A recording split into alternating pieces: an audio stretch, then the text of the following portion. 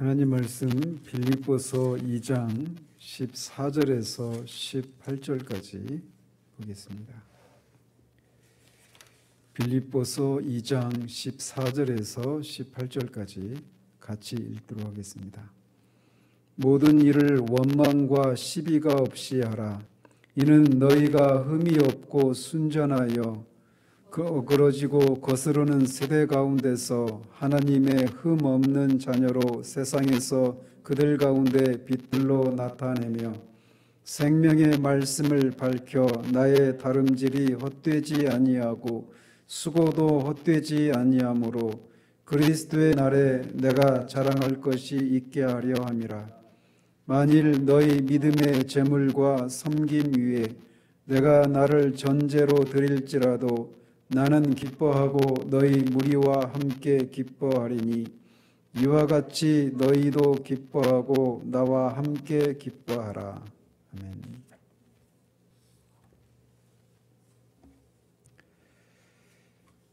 지난주에는 모든 일을 원망과 시비가 없이 해야 하는 이유에 대해서 살폈습니다. 그것은 신자들을 향한 하나님의 일차적인 관심이 우리가 이 땅에서 행복해지는 것에 있는 것이 아니라 우리가 세상 가운데서 흠없고 순전한 빛으로 나타나는 것, 즉 우리가 거룩해지는 것에 그분의 일차적인 관심이 있다라고 말씀드렸습니다. 오늘은 우리가 이런 삶을 살아가야 하는 곳이 어떤 곳인지, 그리고 우리가 그런 삶을 살아갔을 때 얻게 되는 유익이 무엇인지 등에 대해서 18절까지 해서 살펴보도록 합니다. 그런데 이것을 말씀드리기 전에 신자들을 향한 하나님의 일차적인 관심이 우리의 성화에 있다고 한 사실에 대해서 한 가지만 덧붙여 말씀을 드리고 싶은 것이 있습니다. 우리를 향한 하나님의 일차적인 관심이 우리의 행복이 아니라 우리의 성화에 있다라고 하는 것은 그분이 우리의 행복에 대해 관심이 없으시다라고 하는 것을 말하는 게 아닙니다. 성경은 그분이 선하신 분이시다라고 말씀하고 있는데, 선하시다라고 하는 것은 그분이 피조물들을 복되게 하시고자 하시는 그분의 성품을 하나님의 선하심 이렇게 말한단 말이죠. 그렇기 때문에 그분이 우리가 행복을 누리는 것에 관심이 없으신 그런 분이 아니십니다. 우리가 행복하든 말든 어쨌든 그분의 뜻인 거룩함을 가기 위해서 우리가 행복해지는 것에는 전혀 관심을 두지 않고 그냥 무장한 방식으로 우리를 거룩한 사람이 되도록 하는 것에만 열심을 내시는 그런 분이 아니란 말이죠. 그래서 그분은 분명히 우리의 행복에 대해 지대한 관심을 가지고 계시고 실제로 우리가 그렇게 살기를 바라십니다. 그런데 이 행복이 우리가 그분의 뜻 가운데 거할 때 따라 나오는 것이라는 거죠. 그리고 그분의 뜻은 그분이 거룩하신 것처럼 우리가 거룩해지는 것에 있습니다. 즉 우리가 거룩해질 때 행복해질 수 있는 거예요. 이 순서를 바꾸면 안 되는 거죠. 그런데 이 원리를 우리가 늘 붙들고 있지 않고 단지 우리가 행복해지는 것에 일차적인 관심을 가지고 있을 때 우리는 우리가 원치 않는 삶의 정황 속에서 끊임없이 원망과 시비가 일어나게 되는 겁니다. 그래서 우리는 늘 돈이 좀 더 있었으면 남편이나 아내나 자녀가 지금과 같지 않고 좀 더 나은 사람이 되거나 아니면 내가 이런 남편을 만나지 않았더라면, 아니 이런 아내를 만나지 않았더라면, 이런 자녀를 만나지 않았더라면 이라고 하는 그런 생각을 끊임없이 합니다. 또 마찬가지로 지금 내가 처한 상황이 아닌 다른 상황이었더라면 내가 더 좋았을 것인데 라고 하는 그런 생각을 하면서 그렇지 못한 현실을 인해서 원망하고 시비하는 마음이 일어나는 거예요. 그러면서 그런 생각을 하면서 우리는 얼마든지 자신이 이런 생각하는 이유에 대해서 변명하기를 내가 그렇게 되면 하나님을 위해서 좀 더 나은 삶을 살 수 있으니까 라고 하는 명분을 붙이기도 하지만 정직하게 우리의 속내를 들여다보면 그렇게 되면 내가 좀 더 행복해질 텐데 라고 하는 생각이 또다리 들고 있는 것을 인정하지 않을 수 없습니다. 인간이 행복을 추구하는 것 자체가 죄는 아닙니다. 인간은 그렇게 태어났기 때문에 행복해지고자 하는 것은 너무나 자연스러운 본능이고, 방금 전에도 말씀드린 것처럼 우리 인간의 창조주 하나님께서 우리가 행복해지는 것을 너무나 원하시는 분이십니다. 그런데 문제는 어디에서 또는 어떻게 하면 행복해지는가에 대해 하나님의 생각과 우리의 생각의 차이가 존재하고 있다는 거예요. 만약 우리의 첫 조상 아담이 선악을 알게 하는 나무의 열매를 따먹지 말라는 하나님의 시험을 잘 통과해서 타락하지 않았더라면 우리는 우리가 행복해지고자 하는 것과 하나님의 뜻의 일치가 이루어져서 우리는 하나님의 뜻만을 소원하게 되었을 것입니다. 그리고 우리 안에서 아무런 갈등이나 투쟁이 없이 하나님의 뜻 안에서 행복을 누리게 되었을 겁니다. 그러나 일어나지 말아야 할 일은 일어나 버렸고, 그 죄에 대한 책임과 그 죄에 대한 오염을 가지고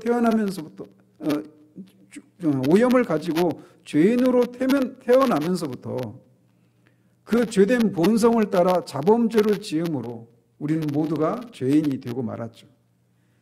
그런 죄인이었던 우리가 하나님의 사랑과 우리 주 예수 그리스도의 대속의 은혜로 말미암아 죄의 책임을 면제받고 죄의 권세로부터도 해방을 받게 됩니다. 그러나 여전히 우리 안에 옛사람의 죄된 본성이 남아있어서 한편에서는 거듭난 본성을 좇아 하나님의 뜻을 즐거워하는 그런 내가 있고, 또 다른 편에서는 우리를 죄와 사망의 길로 우리를 사로잡아가는 그런 모순대당이 존재하게 되었습니다. 그 결과 신자 안에는 이 투쟁과 갈등이 죽을 때까지 존재하게 되었어요. 그럼에도 불구하고 신자는 그리스도 예수 안에서 새로운 피조물이라고 성경은 말합니다. 여전히 죄된 본성이 남아있어 우리를 지배하려고 우리 마음의 문 앞에 엎드려 있지만, 그것에 복종해서 사는 것이 숙명이었던 그 우리는 더 이상 존재하지 않습니다. 그랬던 우리는 그리스도의 십자가에서 그리스도와 함께 못 박혀 죽었고, 또 그리스도와 함께 살아나서 새로운 사람이 되었고, 의에 대해서 하나님을 향해서 살게 된 그런 새로운 피조물이 되었습니다. 이게 우리 신자의 정체성이에요. 그래서 나를 기쁘게 하는 삶에서 하나님을 기쁘시게 하는 삶으로의 전환, 이것이 그리스도인에 대한 정의입니다.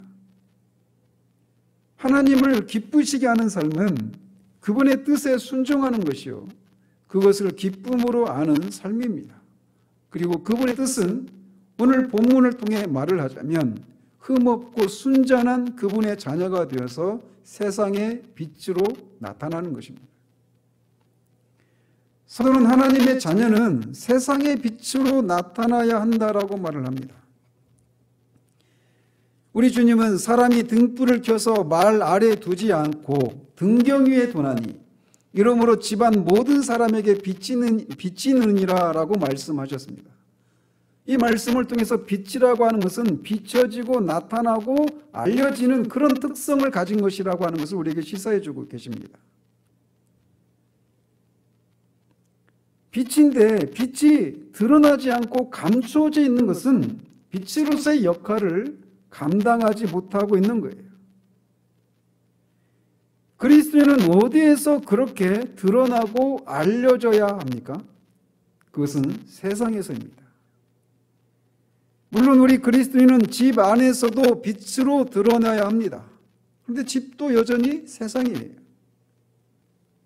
어쨌든 신자가 자신이 그리스도인이라고 하는 것을 아무도 모르게 은밀하게 지내는 것은 그리스도인이 세상의 빛이라고 하는 이 참된 특징을 나타내지 못하고 있다라고 하는 것을 말해주는 겁니다. 빛은 가려진 채로 은밀하게 있어서는 안 되고 드러나야 하기 때문에 그렇습니다. 성경은 밤중에 주님을 은밀하게 찾아온 니고데모를 결코 지지하거나 칭찬하지 않습니다. 그가 밤중에 찾아왔을 때는 거듭나지 않았을 때였어요.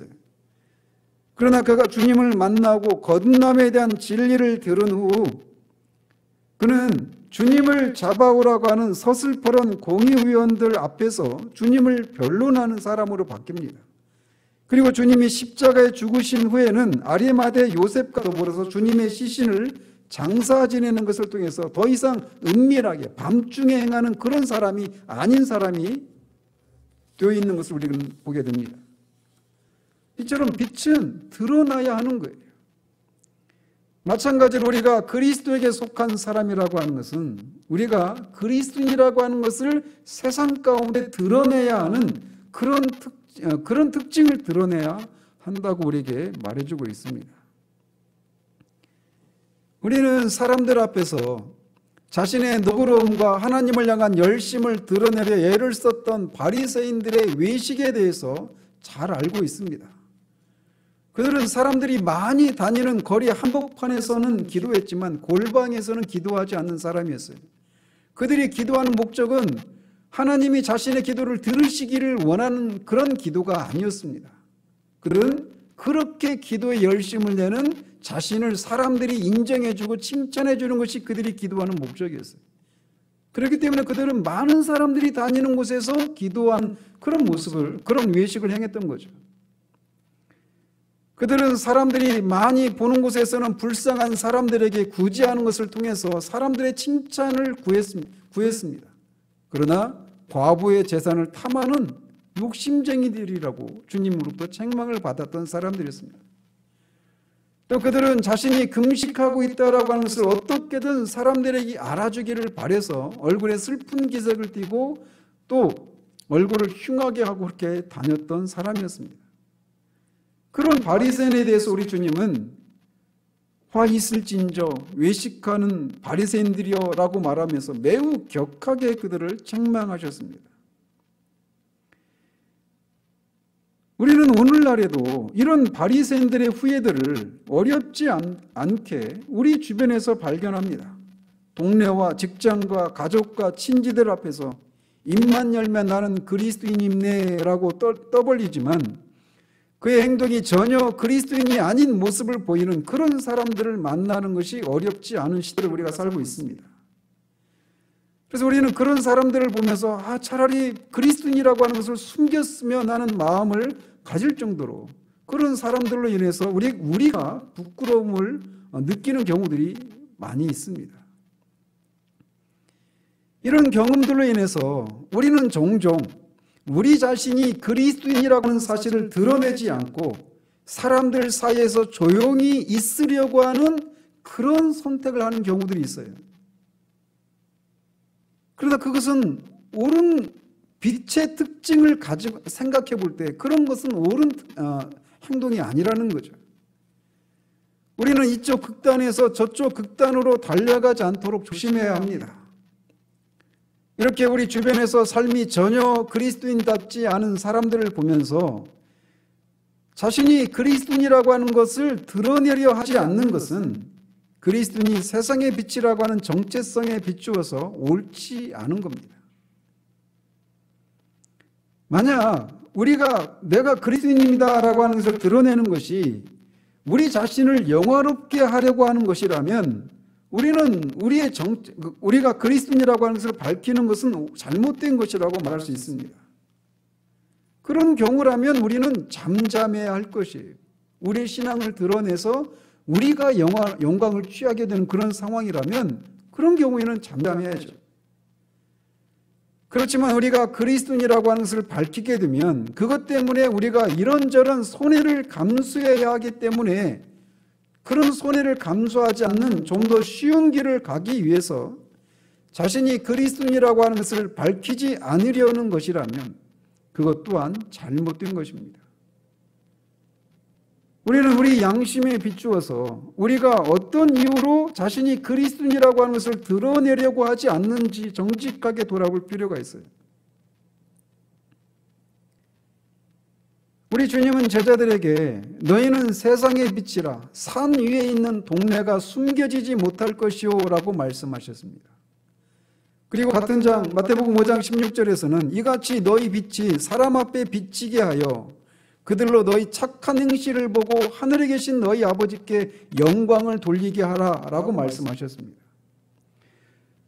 만약 우리가 내가 하나님께 속한 그리스도께 속한 그리스도인이라고 하는 것을 밝히지 않은 채 착한 행실을 하면 착한 행실을 하는 나에게 영광이 돌아오는 것이 영광이 돌아오지 않겠어요?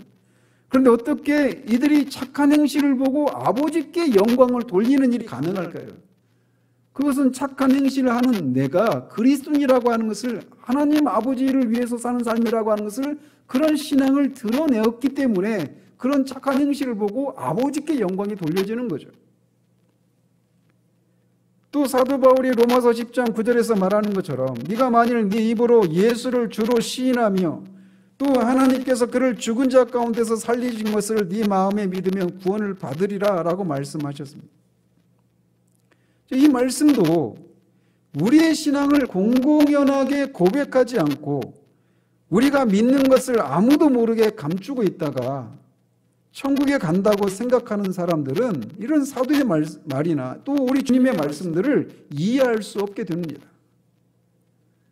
즉 너희는 세상의 빛이라 라고 하는 이 말씀을 통해 우리가 알 수 있는 것은, 그리스도인이라고 하는 것은 자신의 신앙을 공공연하게 공언하는 것이 당연하다라고 하는 하나의 원리를 우리에게 말해주고 있는 거예요. 우리의 신앙을 공공연하게 공언하는 가장 대표적인 의식이 있다면 바로 세례를 받는 겁니다. 세례를 받지 않고도 구원을 받을 수 있습니다. 또 세례를 받고도 구원받지 못할 수도 있어요. 그렇지만 세례는 내가 성부와 성자와 성령의 이름으로 이 세례를 받는다라고 하는 것은 우리가 그리스도와 함께 죽고 그리스도와 함께 살아나서 세상에 대해서는 죽고 이제 새로운 삶을 살게 되었다라고 하는 것을 회중 앞에 공공연하게 자신의 신앙을 공언하는 거란 말이죠. 이처럼 신자가 세상의 빛이라고 하는 것은 먼저 자신이 그리스도인이라고 하는 것을 공공연하게 드러내는 것을 의미합니다. 또한 신자가 세상의 빛이라고 하는 것은 동료 그리스도인들과 꾸준하게 연합해야 한다라고 하는 것을 의미합니다. 세상에 혼자 믿는 신앙이란 없습니다. 한 사람이 거듭나서 그리스도인이 되어서 새롭게 태어난다라고 그렇게 말을 하곤 하는데 그가 어디로 태어나느냐면 교회 안으로 태어나는 거예요. 하나님의 가족들 안으로 태어나는 겁니다. 하나님의 가족인데, 거듭난 하나님의 가족인데 고아로 태어나는 하나님의 가족은 한 사람도 없습니다. 따라서 교회와의 지속적인 연합이 없이 홀로 동떨어져 있는 신앙은 성경적이지 않습니다. 우리는 무형의 보이지 않는 교회뿐만 아니라 보이는 교회와도 연합을 이루어야 합니다. 요즘같이 코로나 바이러스로 인해서 월요일에 직장에 가면 주말 동안 어디를 갔는지 누구를 만났는지 이런 것들을 조사하는 분위기들이 있다고 그래요. 어제도 그 시찰의 목사님들 모셨는데 교인들이 그런 것 때문에, 그런 부담 때문에 이 주일에 예배 현장에 예배에 참여하지 못하는 사람들이 상당수라고 얘기해요. 특별히 젊은 사람들 중심으로. 사람들을 많이 만나는 그런 일을 하는 사람일수록 그런 어떤 마음의 압박들을 가지고 요즘 그렇게 신앙생활을 하고 있어요. 그래서 그런 분위기 속에서 내가 그리스도인이라고 하는 것을 드러내면 동료들로부터 따가운 눈총을 받게 되는 상황에서 아마도 이런 얘기들이 더욱 실감나게 다가올 겁니다. 저는 여러분이 주일에 무조건 예배에 참여해야 한다라고 말씀드리고 있는 게 아닙니다.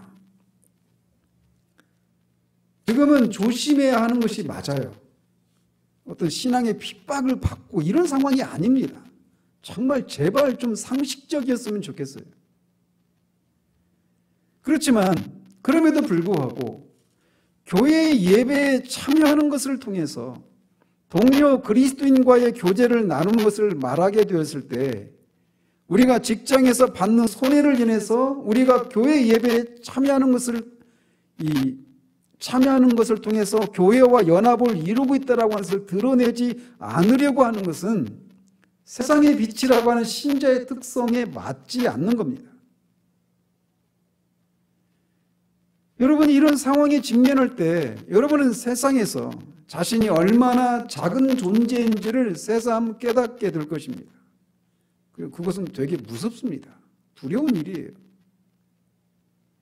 그래서 많은 경우에 세상의 요구에 굴복하고 타협합니다. 그러나 그 두려움을 가지고 정직하게 하나님 앞에 나아가서 은혜를 구할 때 하나님은 그것을 극복할 힘을 주시기도 하시고 때로는 지혜도 주십니다.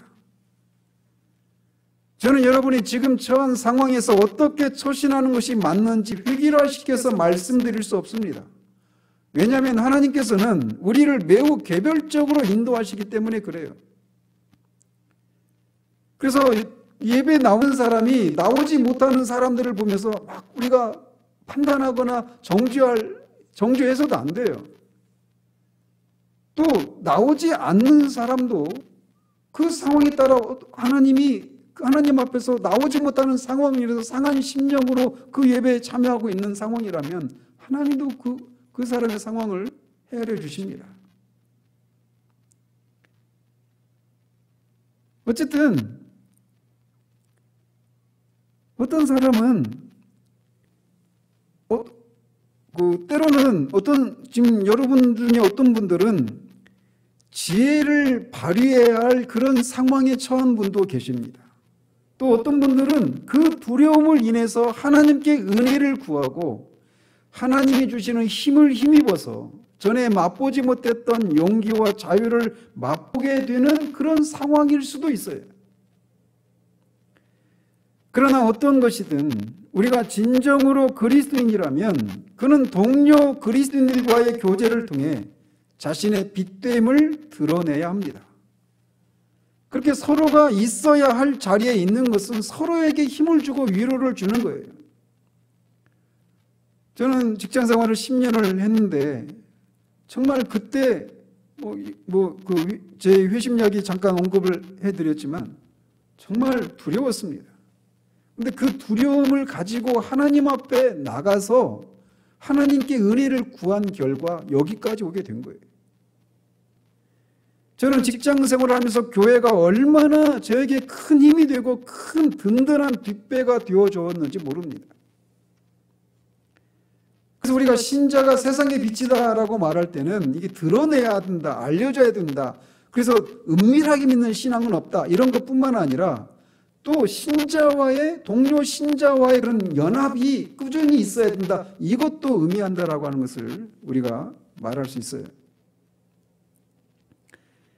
그렇지만 그리스도인이 세상의 빛이라고 하는 것이 의미하는 더욱 중요한 것이 있는데 그것은 우리가 매일의 삶의 자리에서 빛된 삶을 지속적으로 살아가는 것입니다.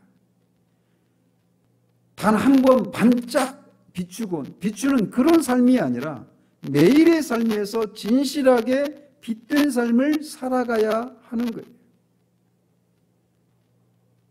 이렇게 우리가 세상의 빛이다라고 할 때는 빛이 있다가 없어졌다 이런 게 아니라 지속적으로 우리의 삶의 자리 가운데서 그렇게 빛된 삶을 살아가야 한다. 이것을 우리에게 시사해주고 있는 거예요. 그렇다고 해서 우리가 삶으로만 우리가 그리스도인이라고 하는 것을 드러내는 삶에서 그쳐서는 안 됩니다. 우리의 말로도 우리는 우리의 신앙을 공공연하게 증언해야 합니다. 우리는 마음에 가득한 것을 말하기 마련입니다. 우리가 매일 만나는 사람들에게 기회를 따라 우리가 믿는 바 진리를 말해주는 것을 통해 우리가 세상의 빛이라고 하는 것을 드러내야 하는 거예요. 이런 삶은 용기를 요하는 삶입니다. 그렇다고 해서 태어나면서부터 상남자와 같은 용기를 가지고 태어난 사람들만 이런 삶을 살 수 있는 게 아닙니다. 그런 태어나면서부터 상남자와 같은 용기를 가지고 태어난 사람의 전형적인 사람이 있다면 사도 베드로예요. 그는 실패했습니다. 주님을 부인하고 말았어요. 세상 가운데서 빛된 삶을 살아가는 것은 용기가 필요한데 그 용기는 우리의 본성에서 나오는 용기가 아니에요. 그것은 우리 안에 계신 성령 하나님으로 말미암아 주어지는 용기입니다. 그런데 그 용기라고 하는 게 얼마나 정말 아이러니한지, 우리의 이해를 뛰어넘는지, 그 용기는 어디에서 나오느냐? 성령께서 하나님의 사랑을 우리 마음에 부어주실 때 나오는 겁니다. 성령께서 하나님의 사랑을 우리 마음에 부어주실 때, 그때 비로소 세상이 작게 보이기 시작합니다. 하나님의 사랑이 우리 마음에 부어지기 전까지 하나님의 자녀로서 세상에서 빛된 삶을 살아가야 된다고 하는 그런 당위만 가지고 우리가 삶을 살아가려고 할 때는 세상은 너무나 크고 우리는 그 앞에 너무나 작다라고 하는 것을 고백하지 않을 수 없습니다. 그리고 그것은 너무 두려운 일이에요. 그러나 하나님의 성령께서 우리의 마음에 하나님의 성령을 부어주시게 되면 우리는 세상이 또 사람들이 작게 보이기 시작합니다. 우리를 위축되게 만들었던 사람들이 작게 보이고 오히려 그들을 염려하고 그들을 위해 기도해 주는 데까지 이르게 됩니다. 우리 마음에 부어진 하나님의 사랑이 우리가 환난 중에도 즐거워하게 만들고 그 환난 속에서 인내하고 그 인내가 연단을 이루고 그 연단이 소망을 이루게 합니다. 하나님의 사랑은 결코 감상적인 것에 그치는 것이 아닙니다. 그 사랑이 우리에게 부어지게 될 때 우리는 세상의 빛으로 드러나게 됨으로 인해 우리가 받을 수도 있는 여러 가지 종류의 손해를 두려워하지 않게 만들고 위협을 받지 않게 만들고 그 사랑만 있다면 어떤 대가라도 치르겠다라고 하는 그런 용기를 발휘하게 됩니다.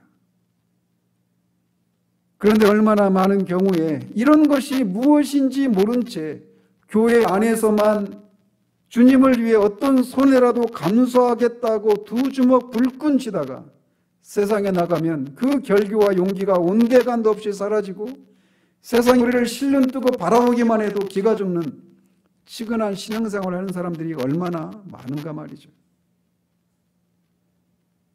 이번 주에도 말씀드렸지만 이 두려움에 직면해서 하나님의 도우심을 구할 때 우리는 전에 한 번도 살지 못했던 전기 속에서나 읽었던 그런 삶을 우리도 살 수 있게 됩니다. 왜냐하면 하나님이 살아계신 하나님이시기 때문에 그래요. 그분을 찾는 자들에게 반드시 상을 베푸시는 분이시기 때문에 그렇습니다. 우리로 하여금 이렇게 흠없고 순전한 하나님의 자녀가 되어 세상의 빛으로 나타나는 그런 삶을 살도록 세상에 내어놓으신 분이 바로 우리 하나님이십니다. 그래서 그 하나님께 우리의 자금을 알고 세상의 큼을 고백을 드리면서 그럼에도 불구하고 하나님이 주신 그 소망을 쫓아서 거룩함을 쫓는 세상의 빛된 삶을 살아가기를 소원하는 그 소망을 아려고 그렇게 살 수 없는 우리의 형편을 아리면서 주님의 은혜를 구할 때 하나님은 우리에게 그분의 사랑을 부어주시는 것을 통해서 그런 삶을 살 수 있는 용기를 불러일으켜 주시는 거예요.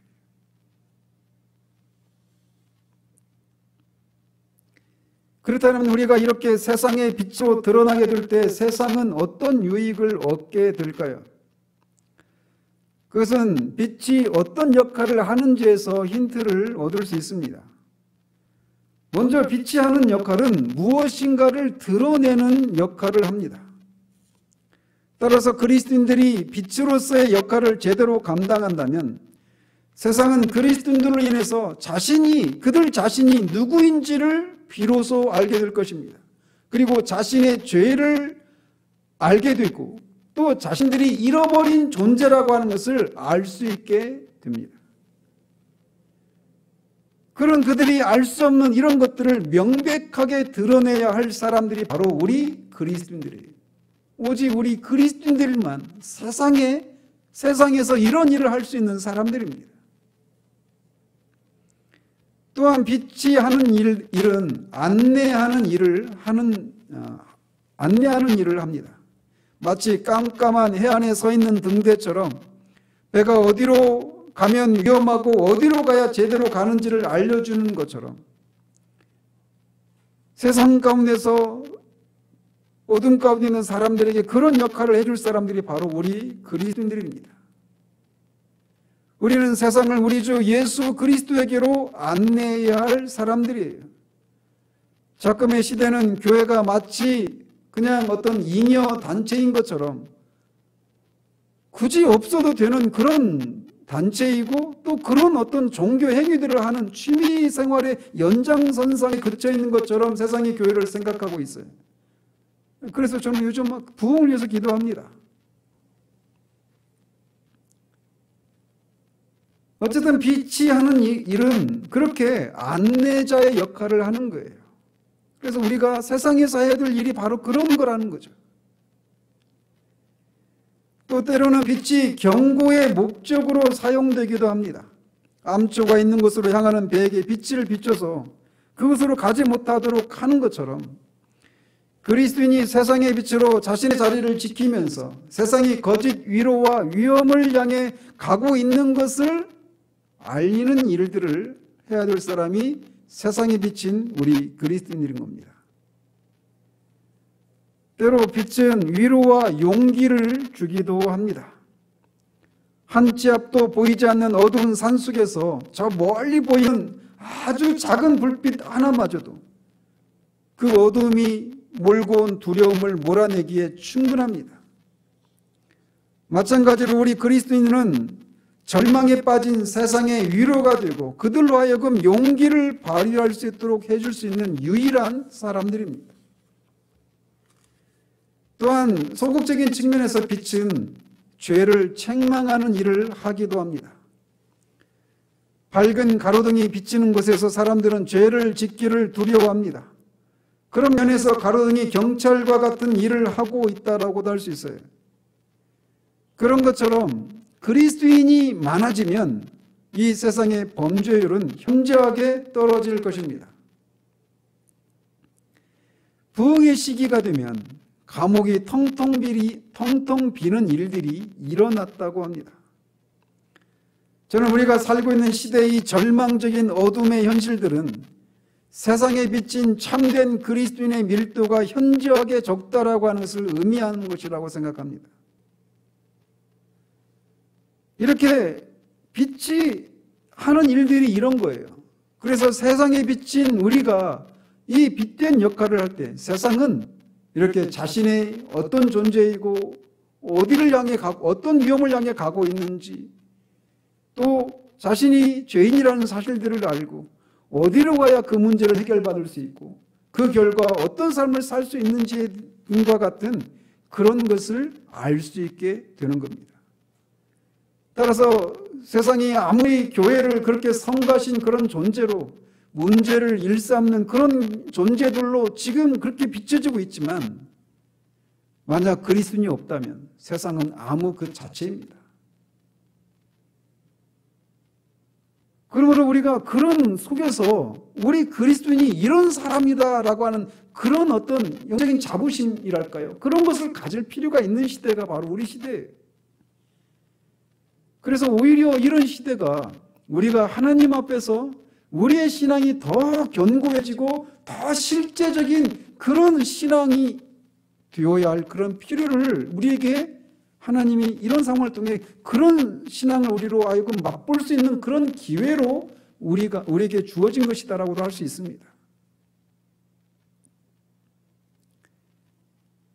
그렇다면 우리가 이렇게 세상에 빛된 그런 빛으로 나타나야 되는데 그렇게 빛으로 우리가 드러나야 하는 이 세상이 어떤 곳이라고 사도가 말을 하고 있냐면 어그러지고 거스르는 세대라고 말을 합니다. 우리 그리스도인이 빛으로 드러나야 하는 것은 우리가 빛으로서의 삶을 살아가도록 장려하고 용기를 북돋워주는 그런 곳이 아니라고 말을 하고 있어요. 오히려 그런 삶을 싫어하고 거스르는 곳 속에서 우리가 세상의 빛으로 나타나야 한다라고 말을 하고 있는 겁니다.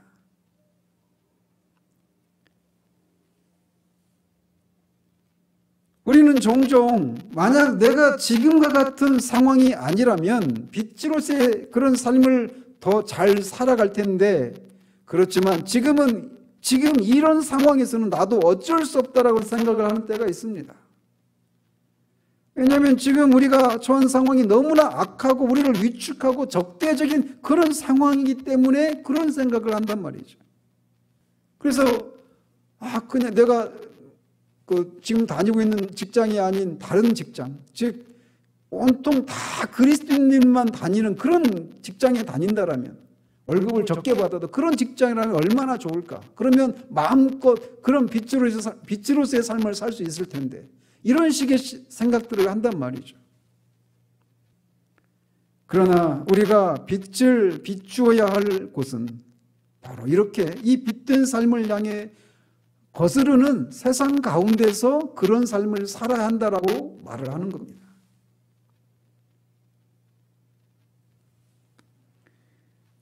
그런 곳이 아닌 좀 더 나은 곳이나 그런 어떤 우리의 삶을 옹호해주는 그런 사람들이 있는 곳이 아닌 어그러지고 거스르는 바로 그곳이 우리가 빛으로 살아가야 할 곳입니다. 바로 이렇게 어그러지고 거스르는 곳이야말로 우리가 빛으로 살아가야 할 곳입니다. 의사가 있어야 할 자리는 환자들이 있는 곳입니다. 군인들이 있어야 할 자리는 전쟁터입니다.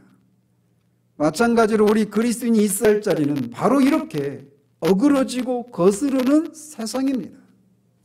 세상을 떠나서 우리의 신앙을 마음껏 펼쳐낼 수 있는, 그렇게 평화롭고 모든 것들이 다 우리를 향해서 우호적인 그런 곳이 우리가 빛된 삶을 살아야 될 곳이 아니라 오히려 어그러지고 거스르는 그 세상이 우리가 빛으로 드러나야 될 곳이라는 거예요. 오히려 그런 곳이기에 빛이 필요하다라고 하는 생각을 우리가 해야 하는 겁니다. 우리가 빛으로 살아가야 할 곳이 바로 이런 곳이기에 우리에게는 더욱더 열심을 내야 한다라고 하는 생각을 가져야 하는 겁니다. 그렇지 않아도 우리의 삶에서 세상은 뭔가 꼬투리를 찾으려고 혈안이 되어 있는 곳입니다. 그런데 어그러지고 거스르는 세상에서는 더욱더 우리에게서 어떤 꼬투리를 더 찾아내려고 더욱더 혈안이 되어 있는 것이 우리가 살아야 될 그런 세상이에요. 그렇기 때문에 우리의 삶에 더 큰 책임감을 가져야 하는 겁니다. 그래서 지난주에 말씀드린 것처럼 우리의 신앙 이외에는 어떤 흠도 없는 삶을 살아야 할 이유를 우리가 가져야 될 이유가 바로 여기에 있는 거예요. 그런데 바로 여기에 하나님의 지혜가 있습니다. 우리는 스스로 우리가 머무르기를 원하는 삶의 자리를 결정할 수만 있다면 이러이러한 삶이 나한테 주어졌으면 좋겠다라고 하는 생각을 합니다. 그래서 A라고 하는 상황보다는 B라고 하는 상황이 더 좋아 보이고 그런 식의 생각들을 한단 말이죠. 그러나 하나님의 생각은 우리의 생각과 다릅니다. 그래서 지나보면 우리가 정말 이 상황이 빨리 지나갔으면 라고 생각했던 그 시간들, 왜 그런 생각을 했느냐면 너무 힘드니까. 내가 이 상황에서는 빛으로서의 그런 삶을 살아내기에는 너무 벅차니까. 조금 더 나은 그런 환경이 나한테 주어지면 내가 내 안에 있는 그 소망을 더 힘있게 펼칠 텐데, 이런 생각을 한단 말이죠. 그런데 돌아보고 나면 그렇게 어려움들이 있었던 때에 더욱 하나님을 의지하게 되고, 그런 과정에서 처음에는 감당하지 못했던 삶을 감당하도록 하시는 하나님의 도우심과 지혜를 발견하게 됩니다. 우리 앞에선 믿음의 선조들의 삶의 자리도 우리가 살아야 하는 것보다 더 나은 것이 결코 아니었습니다. 오늘날 교회에서 가장 많이 회자되는 단어가 있다면 상처받았네, 치유가 되었네, 위로받았네와 같은 단어들입니다. 성경이 이런 용어들을 쓰지 않는 건 아닌데 온통 신앙이라고 하는 게 온통 이런 것에만 머물러 있는 것처럼 보인단 말이죠. 이런 단어들이 우리 가운데 그렇게 많이 사람들의 입에 오르내린다라고 하는 것은 우리가 우리의 선조들이 살았던 시대보다 많이 영적인 측면에서 연약하다라고 하는 것을 방증하고 있습니다.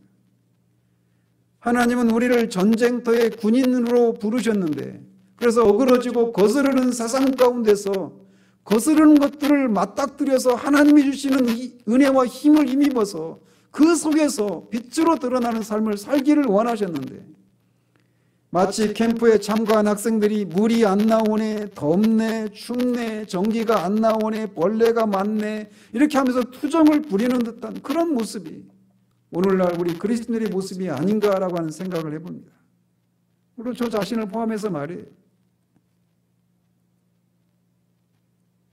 이처럼 우리가 어그러지고 거스르는 세대 가운데서 빛으로 나타나는 흠이 없는 하나님의 자녀가 되는 것이 하나님의 뜻입니다. 하나님은 거기에 일차적인 관심을 갖고 계셔요. 그렇기 때문에 우리는 흠이 없고 순전한 사람이 되어야 하는 겁니다. 그러면서 사도는 빌립보 성도들이 흠이 없고 순전해서 어그러지고 거스르는 세대 가운데서 빛으로 나타나야 하는 또 다른 이유를 밝힙니다. 그리고 그것은 굉장히 개인적이고 주관적인 이유예요. 생명의 말씀을 밝혀 나의 다름질이 헛되지 아니하고 수고도 헛되지 아니하므로 그리스도의 날에 내가 자랑할 것이 있게 하려 함이라 라고 말을 합니다. 즉 그리스도께서 다시 오실 때 빌립보 성도들이 흠이 없고 순전한 거룩한 사람이 되어서 세상 어그러지고 거스르는 세상 한복판에서 빛으로서의 그런 삶을 살아가는 것이 그리스도 앞에서 자랑거리가 되도록 하기 위해서 그들이 이런 삶을 살기를 바란다라고 말을 하고 있는 겁니다. 즉 빌립보 성도들이 거룩하고 세상의 빛으로 드러나지 않는 것은 사도의 수고와 다름질이 다 헛된 것이 되고 만다는 거죠. 사도는 그리스도께서 재림하실 때 빌립보 성도들이 주 앞에서 자랑거리가 되기를 소망하며 다름질하고 수고했다라고 말하고 있습니다. 그리고 그것을 위해서 자신을 전제로 드릴지라도 자신은 기뻐하고 기뻐할 것이라고 말합니다. 그리고 이 기쁨에 이 빌립보 성도들도 동참해 줄 것을 권면하고 있어요. 저는 여기에서 영혼을 섬기는 목사나 교사나 아무튼 영혼을 섬기는 사람들이 무엇을 기대해야 하는지에 대해서 생각해 보게 됩니다.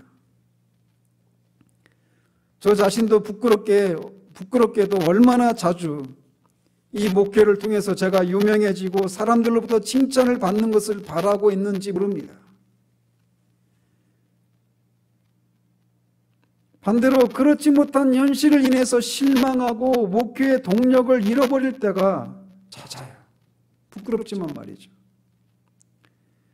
그럼에도 불구하고 설교자에게 가장 큰 위로가 있다라면 누군가 전해진 말씀을 듣고 생명을 얻었다거나 또 그 말씀을 통해 용기와 힘을 얻었다라고 하는 그런 유의 말들을 들었을 때입니다. 저는 우리 교회에서 여러분을 만나서 9년째 이렇게 말씀을 전하고 있는데 최근에도 한 지체와의 통화를 통해서 하나님이 위로를 주셨어요.